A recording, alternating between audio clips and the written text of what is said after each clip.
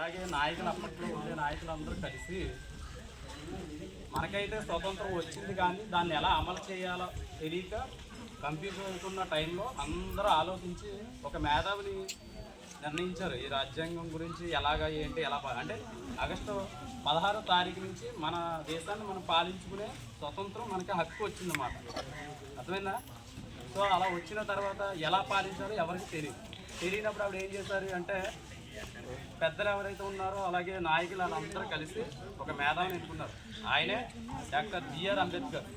ఆయన సుమారుగా 60 దేశాలు మనకుతో పాటుగా అన్ని దేశాలు తిరిగి రాజ్యాంగాన్ని అంటే దాన్ని తయారు చేయడానికి ఎలా పెట్టాలి, పౌరులు హక్కు సంఘం అలాగే పౌరులు ఎలాగ దేశాన్ని పాలించాలి, ప్రతి ఒక్కరికి హక్కు ఉండాలన్న ఉద్దేశంతో దీన్ని సుమారుగా 3 సంవత్సరాలు పట్టిందన్నమాట రాజ్యాంగం తయారు చేసి.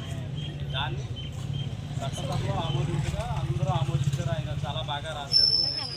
అదే రాజ్యాంగంగా జనవరి 22వ తారీఖుని మనకి ఆమోదించబడింది. ఆ రోజు నుంచే మనం అంటే చాలా ఘనంగా జరుపుకుంటాం. దాన్ని గణతంత్ర దినోత్సవం అని అంటారు. ఇది 77వ గణతంత్ర దినోత్సవం.